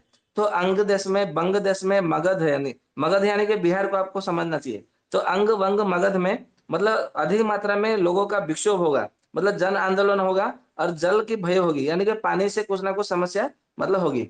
बाकी अन्य जितने सारे देश है, वहाँ पे सारे के मतलब जो लोग हैं, सुख और संतोष से मतलब वहाँ पे रहेंगे। ठीक उसी तरह जो करण है, वो शनि ग्रह मतलब होने वाले हैं। करण यानी कि जो सबका हिसाब किताब रखते हैं, उनको करण कहा जाता है। तो आंध्र देश में, गौड़ देश में, कर्नाटक देश में, वहाँ पे दुर्भिक्ष होने वाला है और चोरी मतलब डकैती अधिक मात्रा में होने वाली है। और एकाम्र जो क्षेत्र है, एकाम्र क्षेत्र यानी कि जो ओडिशा का जो भुवनेश्वर है, उसको एकाम्र क्षेत्र कहा जाता है। वहाँ पे अधिक मात्रा में रोग बुद्धि होगी, मतलब रोगी की संख्या वहाँ पे बढ़ेगी। फिर उसके बाद में प्रहरी मंगल होंगे। तो मतलब जो घोषणा करते हैं ना, वो मंगल ग्रह होंगे। तो कहते हैं कि जो क्रौंच द्वीप है, यानी कि जो गुजरात है और नैऋत्य दिशा में और नागखंड यानी कि नागालैंड और मेघालय, वहाँ पे क्या होगा? अधिक मात्रा में लोगों को मतलब अनजान भय सताएगा और भूकंप होगा, ये मतलब कहा गया है। ठीक उसी तरह जो दंड देने वाले हैं, जो घातक होते हैं, वो शुक्र महाराज को मतलब मिला है। तो कहते हैं कि जितने सारे स्त्री लोग हैं और जितने सारे मतलब जो पुत्रवती जननियाँ हैं मतलब माताएँ हैं, वो सारे के सारे मतलब काव्य शास्त्र में पढ़ने, पढ़ाने में, लिखने में बड़ा मतलब उनका मनोरंजन रहेगा और अपना उनका दिन जो है बीतता जाएगा। परंतु एक बात ध्यान रहे, ये जो साल है ना, सबको आँख की रोग अधिक मात्रा में होने वाली है। मतलब आँख फूलेगा, आँख में मतलब रोग होगा, मतलब आँखों का कुछ ना कुछ समस्या होगी ही होगी, ये बरस में, ये आपको ध्यान में रखना है। इसके लिए अपने त्रिफला का रस प्रतिदिन आपको मतलब या तो त्रिफला का रस से आपको अपने आंखों को धोना चाहिए, या आप मतलब पहले से आपको इसको मतलब मतलब ये करना चाहिए, मतलब प्रिवेंटिव पहले से मतलब पूरी तरह सावधान हो जाना चाहिए। फिर उसके बाद में ऐसा कहा गया है, जो अर्थ रक्षक है, जिसको कैशियर का हम कहते हैं, कोषाध्यक्ष, वो चंद्र जी को मिला है। तो कहते हैं कि ये जो बरस है, ग्रीष्म ऋतु में अधिक मात्रा में मतलब गर्मी लगेगी, और जब सर्दी का मौसम आएगा, हेमंत ऋतु, शिशिर ऋतु में, वहाँ पे अधिक मात्रा में मतलब सर्दी लगेगी। मतलब ऐसा नहीं है कि मतलब सर्दी कम होगा तो गर्मी ज़्यादा लगेगी, गर्मी होगा तो सर्दी कम लगेगा, ऐसा नहीं है। तो गर्मी के ऋतु में सीज़न में गर्मी ज़्यादा होगी, और ठंड के सीज़न में ऋतु में ठंड ज़्यादा होगी। और ऐसा कहा जाता है कि अधिक मात्रा में बाढ़ आने की मतलब समस्या है। और ऐसा कहा जाता है कि यमुना नदी के तट पर जितने सारे शहर बसे हुए हैं, जितने सारे गाँव बसे हुए हैं, और जो भैरवी नदी, भार्गवी नदी है, ये तीनों नदी जो है, और चंद्रभागा जो नदी है, ये 4 नदी के तट में बसे हुए जितने सारे नगरवासी हैं, या तो रहवासी हैं, उन सबको अद्भुत दर्शन देखने को मिलेगा। अद्भुत यानी कि जो वो विश्वास नहीं करे होंगे, मतलब अकल्पनीय, अवर्णनीय, अकथनीय, वो सबको मतलब उनको देखने को मिलेगा। ठीक उसी तरह आस्थान रक्षक बृहस्पति जी को दिया गया है। तो कहते हैं कि श्रीलंका में और यमकोटी देश में और रोम देश यानी कि जो विदेशों में, जो रोम देश है, वहां पे बार बार भूमिकंप होगा। और भारतवर्ष में यज्ञ में और सत्कर्म में सबकी मतलब बुद्धि मतलब जुटेगी, मतलब सबका बुद्धि जो है यज्ञ करने के लिए, सत्कर्म करने के लिए अधिक मात्रा में बढ़ेगी। ठीक उसी तरह कहते हैं जो संग्राम के अधिपति है, मतलब सेनापति है, वो बृहस्पति जी को दिया जाएगा। तो ऐसे में कहते हैं कि जो सौराष्ट्र है और काठियावाड़ है, यानी कि ये दोनों, सौराष्ट्र काठियावाड़ गुजरात में आती है। तो सौराष्ट्र काठियावाड़ में और सिंधु देश यानी कि आज भारत में जो पीओके में मतलब है वहां पे, तो सिंधु देश में, विदर्भ में, और कुरु देश में, कुरुक्षेत्र में, और गुज्जर में यानी कि गुजरात में, तो मतलब बढ़ेगी, शत्रु भय होगा, जल भय होगा, और मतलब ये मतलब होगा, ऐसा मतलब कहा गया है। और अब के बरस जो है मेघ जो होने वाला है ना, बहुत अच्छे से मतलब मेघ होने वाला है। और मेघ का जो नाम है वो द्रोण है। ऐसा कहा जाता है कि 4 प्रकार के मेघ होते हैं, आवर्तक, समवर्तक, द्रोण और पुष्कर। तो आपके बरस जो मेघ का जो होने वाला है, वो मेघ का नाम है द्रोण है। तो द्रोण मतलब मेघ जब होती है, जिस वर्ष मतलब दायित्व दिया जाता है वर्षा करने का, तो वो बहुत अच्छे से वहां पे वर्षा करते हैं। मतलब ऐसा कह सकते हैं बहुत अच्छी शुभवृष्टि है, ऐसा हम मतलब मान सकते हैं।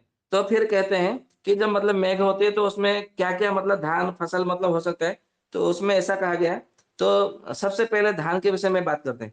कहते हैं कि रत्नचूलम महिपालम स्वर्ण भद्राच शालिनी रक्त विष्णु जगन्नाथ स्वर्ण मसूर कज्जलम पद्मा कुमारी कावेरी मोती व विजया तथा यजति पंकजा चैव मन्वाधिक सहस्रकम श्वेत रक्त निधन्यानि वृद्धा मेघ भवन्त्यमि।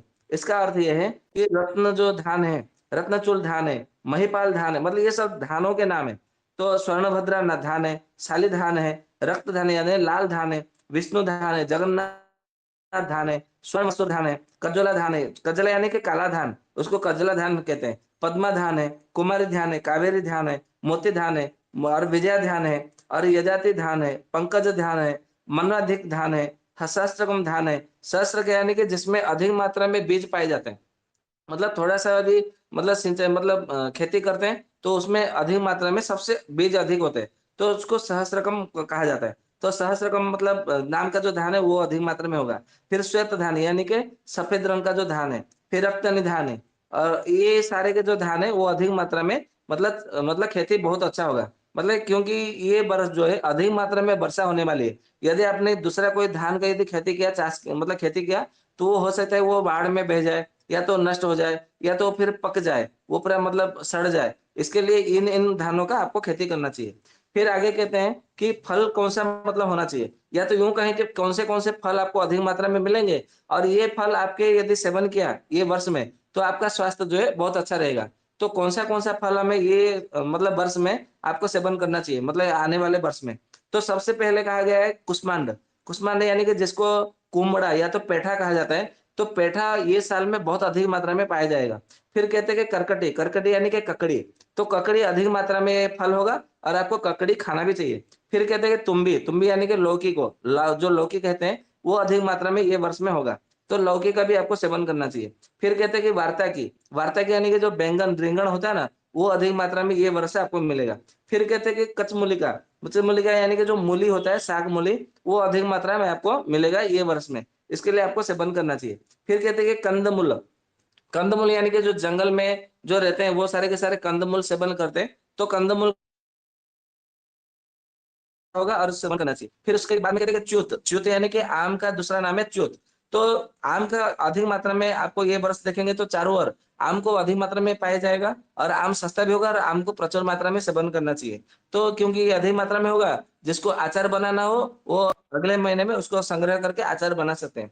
फिर आगे कहते हैं कि जम्बू, जम्बू यानी कि जामुन, जामुन भी बहुत अधिक मात्रा में आपको मिलेगा, फल मतलब आएगा, और जामुन का भी आप सेवन कर और उसका गुठली भी आप संभाल करके रख सकते हैं। फिर कहते हैं कि फूल क्या-क्या होगा? तो कहते हैं कि चंपा का फूल होगा, बल्लर जा का मतलब फूल होगा, बनमल्ली, बनमल्ली यानी कि जो जंगल में जो मोगरा होता है, जंगली मोगरा, वो होता है। फिर उसके बाद में कांतिका, और फिर बोलते हैं नीलोत्पल, नीलोत्पल यानी कि जो नीला पद्म, नीला नीलकमल होता है वो। फिर मालती यानी कि जो बसंत मालती है, वो अधिक मात्रा में ये मतलब आपको मिलेगा। फिर बाद में बोलते हैं कि साग, साग यानी कि बालू का साग है, मदरंगा साग है, कलमी साग है, कोसला साग है, पुदीना साग है, और सजना यानी कि जो सहजन होता है, वो अधिक मात्रा में आपको ये बरस में आपको मिलेगा, यानी कि खाना चाहिए। फिर जो मतलब मांस मछली जो खाने वाले होते हैं, उनके लिए कहा गया है कि चिड़चिमम, कराजीवम, भाकुरीचम, कपोदिका, खलिंगा, मिचिका चैव, वृद्धो मेघे भवन्त्यमि। मतलब ये मतलब ये तो संस्कृत में सारे के सारे नाम है। इसको हिंदी में क्या बोलते हैं पता नहीं, परंतु संस्कृत में बोलते हैं कि चिड़चिम मछली, कराली मछली, भाकुरी मछली, कपोतिका मछली, खलिंगा मछली, मिचिका मछली, ये सब अधिक मात्रा में आपको मतलब पाया जाएगा।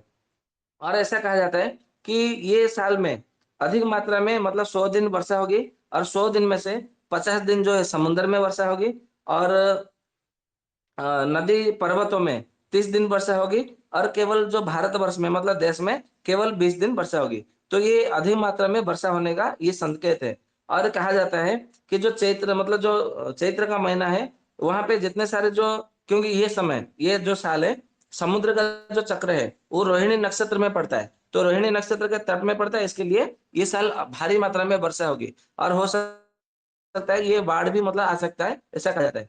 तो जो ये सौर मास के आधार पर मतलब बताने का प्रयास कर रहे हैं, तो जो सबसे पहले हमारा जो मेष मास होता है, तो मेष महीने में क्या होता है कि अधिक मतलब इतना वर्षा नहीं होगा। वृष का जो महीना है, मध्यम धरण का वर्षा होगा। मिथुन के महीने में अधिक मात्रा में वर्षा होगी। कर्कट के महीने में बिल्कुल वर्षा नहीं होगी, या तो थोड़ा कम मात्रा में वर्षा होगी। सिंह के महीने में बहुत मात्रा में वर्षा होगी। कन्या के महीने में मध्यम धरण का वर्षा होगा। तुला के महीने में बहुत जल मतलब बहुत मात्रा में वर्षा होगी। और उसी महीने में तुला के जो महीना है, उसी महीने में मतलब बाढ़ आने का मतलब संकेत है, या तो फिर वावाजोड़ जो कहते हैं, जो तूफान आने वाला है, वो आने वाला है मतलब संकेत है। और जो वृश्चिक महीना है, उसमें मध्यम जल का वृष्टि होने का ये संकेत है। तो इस प्रकार से मतलब कहा गया है। और अभी जो है मतलब क्या क्या मतलब मतलब होने वाला है, तो बताने के लिए बहुत सारा है। ये मतलब सब जो है ना हमारे नवस्य षष्ठी पे वो सब बताते थे। तो अभी मतलब बताने के लिए तो बहुत कुछ है, परंतु कितना बताएं, क्योंकि इतना समय भी मतलब काफी हो चुका है। आप लोगों को विरक्त भी लग रहा होगा कि क्या बता रहे हैं हमको। मैं इसका एक काम करूंगा कि इसका मतलब जो जो जानने मतलब हर किसी को जानना चाहिए, हर साधारण मनुष्य को जानना चाहिए। इसका मतलब मैं रिकॉर्ड करके ऑडियो बना करके इसको मैं आप लोगों को ग्रुप में साझा कर दूंगा, तो आप लोग इसका मतलब लाभ उठा सकते हैं। तो आज के सत्र को हम यहीं पे विराम देते हैं, क्योंकि काफी समय हो गया है, और फिर दूसरे सत्र के भी मतलब हमें जाना है। तो अपने व्याख्यान को यहीं पे विराम देता हूँ। यदि दीपक भाई सुन पा रहे हैं तो कृपया शांति पाठ कर लीजिए। और हाँ, और एक बात है, किसी ने नहीं, शायद विष्णु भैया और सुशील भैया सत्र के आराम से पूछ रहे थे कि अभी के समय में जो होली मतलब मतलब कर रहे हैं, ये जो रंग पिचकारी करना ये सब, ये तो सारे के सारे विकृत है।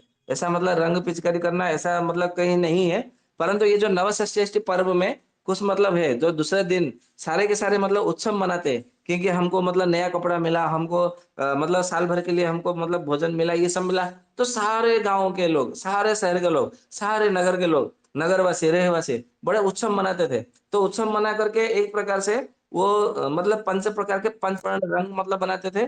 और वो अपने आप को मतलब सबको परिवार में और सबको अड़ोस पड़ोस बंधु बांधव सबको क्या करते थे, वो रंग लगाते थे, और ये खुशी से लगा लेते थे। और ये रंग लगाने का विधान भी है, आयुर्वेद में भी है। और मैं ऐसे ही बोलूंगा तो आप लोग बोलेंगे कि नहीं हमें मतलब ऐसा नहीं है। तो मैं मूल संस्कृत के साथ में आप लोगों के मतलब बता रहा हूँ। तो सबसे पहले ये कहा गया है, मतलब पीतम हरिद्रा चूर्णम च, मतलब यदि आपको पीला रंग का यदि रंगोली बनाना है तो हल्दी का चूर्ण को आपको पीला रंग के आधार पर बनाना चाहिए। फिर आगे कहते हैं कि अस्थितम तंडुला संभव, यदि आपको सफेद रंग का यदि आपको बनाना है रंगोली, तो आपको चावल को पीस करके उसका चूर्ण को, चावल के चूर्ण को आपको सफेद रंग का रंगोली बनाना चाहिए। फिर आगे कहते हैं कुसुम्भ वर्णम अरुणम, कुसुम्भ वर्ण यानी कि जो कुसुम का फूल है, जिसको आप गेंदे का फूल बोलते हैं, गेंदों का फूल, झंडू का फूल, उसके फूल को, क्योंकि आप लोगों को मालूम है मार्गशीर महीने से ही, जो मार्गशीर या तो अगहन का जो महीना बोलते हैं, उसी महीने से ही आपको मतलब गेंदे का फूल बाजार में उपलब्ध हो जाता है। हालांकि ये 12 महीना भी मतलब उपलब्ध होता है, परंतु यदि हम प्रकृति के आधार पर देखें तो ये उसका जो ऋतु होता है वो हेमंत ऋतु का ही होता है। तो इसके लिए आप वहां पे सवन संग्रह करके छाया में सुखा करके उसका चूर्ण बना करके आप उसको रख सकते हैं, कुसुम का फूल। ठीक उसी बाद में कहते हैं कि मतलब अ, अ, अरुणम अरुणम पलासगम पर्णम, पलासम पुष्पम, यानी जो पलाश का जो फूल है उसको भी मतलब आपको छाया में सुखा करके यदि रखेंगे, चूर्ण बनाएंगे तो भी वो लाल वर्ण का होगा, लाल पलाश का, तो उससे भी आप मतलब रंगोली खेल सकते हैं। फिर कह सकते हैं कि कृष्णम कृष्णम दग्धम च पन्नकम, यानी कि काला रंग का यदि आपको मतलब चाहिए रंगोली, तो आपको किसी भी पेड़ का जो मतलब अपने आप में नीचे गिरा, चाहे पीपल का हो, बरगद का हो, पलाश का हो, किसी भी वृक्ष का, क्योंकि अभी जो पतझड़ जो शिशिर ऋतु जो ऋतु हुआ, शिशिर ऋतु में देखेंगे सभी मतलब वृक्षों ने अपना पत्ते डाली से मतलब नीचे गिरा दिए, मतलब सारे के सारे पत्ते झड़ गए। तो उन्हीं पत्तों को ला करके धूप में सुखा करके आप उसको जला डालिए, जब वो जल जाएगा, भस्म बन जाएगा, तो वो काला रंग हो जाएगा, और उसी को आप लोगों को रंगोली में आपको प्रयोग करना है। फिर उसके बाद में कहते हैं कि बिल्वादि पत्रकम श्यामम, बिल्वादि पत्रकम श्याम यानी कि आपको हरा रंग चाहिए, तो बेल के पत्र को छाया में सुखा करके झड़े हुए पत्तों को उसको चूर्ण बना करके उसका मतलब हरा रंग आपको मतलब प्रयोग करना चाहिए। तो ये हो गया आपका रंगोली खेलने का वास्तविक मतलब रंग। परंतु आजकल जो बाजार में मिलता है वो सारे के सारे केमिकल है। फिर भी यदि मतलब किसी कारण से यदि आपको रंगोली मतलब खेलने से यदि आपको कोई तकलीफ हो जाता है, तो उसका उपचार भी आयुर्वेद बताया गया है। और ये बताया गया है कि असत्व उदुम्बरम प्लक्ष्यम च्युत नगरोध वल्लभः पंचभंग इति प्रोक्ता सर्वकर्म सुशोभनः। इसका अर्थ ये है, अश्वत्थ, अश्वत्थ यानी कि जो पीपल का पत्ता है वो लेना है, उदुम्बर यानी कि जिसको उदुम्बर या तो गुलर कहा जाता है हिंदी में, वो लेना है, प्लक्स, प्लक्स यानी कि जो उसको पाखड़ या तो पाखर के नाम से जाना जाता है, उसका पत्ता लेना है। फिर च्युत, च्युत यानी कि जो आम का जो पत्ता होता है वो पत्ता लेना है। फिर नगुर्द, नगुर्द यानी कि जो बरगद होता है उसके पत्ते लेना है। और ये सारे के सारे पत्ते लेकर के उसको काढ़ा बना करके आपको सेवन करना चाहिए। तो पंचभंगा इति प्रोक्ता सर्व कर्म सुशोभना। यदि आपको रंगोली खेलते समय यदि आपको आंख में लग गई, शरीर में लग गया, या तो आपको मतलब कोई चोट हो गई, या तो कोई गिर गई, या तो कुछ हो गया, या तो फिर आपका कुछ भी समस्या हुई, तो सभी समस्याओं से आपका जो है मुक्ति मिल सकती है। और ये आयुर्वेद में पहले से सबसे पहले ही बताया गया है, और ग्रंथ का नाम हमने पहले से बता दिया है, अग्नि संहिता। परंतु ये जो हमने जो बताया है ये आपको भाव प्रकाश निघंटु में नहीं मिलेगा, और किसी अन्य ग्रंथ में भी मतलब नहीं मिलेगा। तो आप इसको मतलब ना खोजें, क्योंकि जो नहीं मिलता है तो हम बता देते हैं, परंतु जो मिलने वाला होता है वो हम ग्रंथ के नाम भी बता देते हैं। तो ये हम गुरु गुरु शिष्य परंपरा के आधार पर ही मतलब मिला हुआ आता है। तो आप लोग भी इसको मतलब संभाल करके मतलब लिख के रखिएगा। फिर आप अपने आगे वाले पीढ़ी को आने वाले पीढ़ी को वहां पे भी बताइए, फिर वो आगे बताएंगे, तो इस प्रकार से वो चलता रहेगा। हालांकि अग्नि संहिता अभी उपलब्ध नहीं है, किसी के पास में कोई तालपत्र हो या तो कुछ उपलब्ध हो तो उसके पीछे बाद में प्रकाशित होने का संभावना है। तो यदि आप लोग यदि जो केमिकल का यदि मतलब रंग पिचकारी खेलते हैं, तो सबसे पहले एक काम करना है, जो एरंड का तेल होता है या तो फिर नारियल का तेल होता है, नारियल का तेल लीजिए या तो एरंड का तेल। आयुर्वेद ग्रंथों में एरंड के तेल के विषय में बताया गया है। तो एरंड का तेल सबसे पहले आप लगा लीजिए, पूरा मतलब गर्दन से सर में, बालों में, सब में चारों ओर लगा लीजिए, मालिश कर दीजिए। फिर बाद में रंगोली खेलने के लिए दीजिएगा जाइएगा। क्योंकि नारियल तेल, सरसों का तेल, कोई भी तेल हो ना, आंखों में लग जाएगा तो दिक्कत करेगा। परंतु यदि एरंड का तेल यदि आंखों में लगता भी है तो कुछ फायदा मतलब फायदा ही करता है, नुकसान नहीं करता। इसलिए आयुर्वेद ग्रंथों में एरंड तेल की बड़ी प्रशंसा किया गया है कि रंगोली खेलने से पहले या तो कुश्ती खेलने से पहले आपको जो है पूरे शरीर में, सर से लेकर के पांव तक, यानी कि नख से लेकर के शिख तक, आपको एरंड के तेल से भरपूर मालिश करनी है, कम से कम 20 मिनट तक, यानी कि एक दंड। फिर उसके बाद में आपको कुश्ती खेलने या तो फिर रंग खेलने के लिए जाना चाहिए। तो इससे आपको कोई नुकसान होने की मतलब घबराने की कोई आवश्यकता नहीं है। तो ये था आपको मतलब बताने के लिए। और हाँ, और एक बात है, यदि आपको यदि बोलेंगे कि मतलब क्या करना चाहिए, हम कैसे मतलब कर सकते हैं, तो उसके विषय में ऐसा भी कहा गया है। उसका दूसरा श्लोक है, उदुम्बरम तथा स्वतथम बटम प्लक्षम पलाशकम कथितम तो अर्धमानेन तत् कषाय उदकम सुतम। इसका अर्थ यह है कि उदुम्बर यानी कि गिलोल लेना है, अश्वत्थ यानी कि जो पीपल का पेड़ है वो लेना है, फिर उसके बाद में बटम बट यानी कि वर्ड का बरगद लेना है, प्लक्स यानी कि जो पाखर होता है वो लेना है, पलाश यानी कि पलाश का लेना है। आप इसका छाल ले सकते हैं या तो पत्ते ले सकते हैं। कथितम तो अर्धमा लेना, मतलब इसको लेकर के काढ़ा बनाइए। जब उसका आधा बचे तत् कषाय उदकम, उदक यानी कि पानी, जो कषाय आपका मतलब बना होगा काढ़ा बनेगा, उस काढ़े को आपको पी लेना है, दिन में 2 बार पी लेना है। तो ये काढ़े को आप यदि पी लेंगे तो ये विशेष रूप से चैत्र महीने के काढ़े के लिए मतलब बताया गया है। और विशेष रूप से जब पलाश के विषय में चर्चा हो रही थी तो हमने आपको बता भी दिया था कि भगवान श्री हरि विष्णु को प्रतिदिन पलाश फूल से या तो पलाश के पत्ते से आपको पूजन करना है। तो चैत्र महीने में पूरा जब आप पूजन करते हैं तो आपको बहुत सुख मिलता है, निरोगी होते हैं। तो आज समय बहुत हो चुका है, इसके लिए मैं आप सबसे विदा लेना चाहता हूँ। तो दीपक भैया से अनुरोध है, कृपया शांति पाठ करके मुझे विदा करिए। धन्यवाद।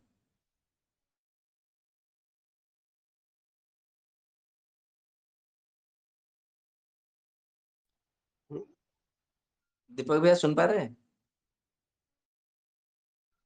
अरुण भाई आप हो तो आप करा दीजिए।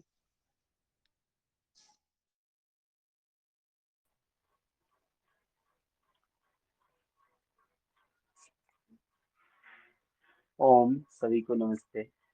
वैद जी को सादर नमस्ते, वंदे मातरम। आइए हम सब ओम शांति पाठ करें। ओम द्यौ शांति अंतरिक्ष शांति, पृथ्वी शांति, रापः शांति, औषधयः शांति, वनस्पतयः शांति, विष्णुदेव शांति, ब्रह्मा शांति, सर्व शांति, शांतिरेव शांति, सामा शांति, वेदी।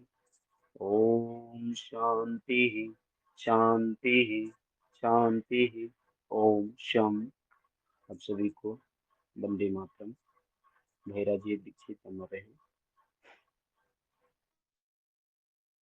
सबका बहुत बहुत हृदय से धन्यवाद, इतना कीमती मूल्यवान समय देने के लिए। भगवान धनंतर जी से प्रार्थना है कि आपका सब नववर्ष पर्व अच्छे से पालन हुआ हो, और आपका सबके साथ में अड़ोस पड़ोस बंधु बांधव मित्र साथी सबके साथ में अच्छे व्यवहार बने रहे, मित्रता बने रहे, सौहार्द बने रहे, और आप सब एक दूसरे के काम में आए, उपकार में आए, क्योंकि उपकार और महामुख ऐसा कहा गया है। तो ये कह करके आपके सबसे सामने विदा लेता हूँ। आप सबको राम राम, नमस्ते, धन्यवाद, शुभ रात्रि।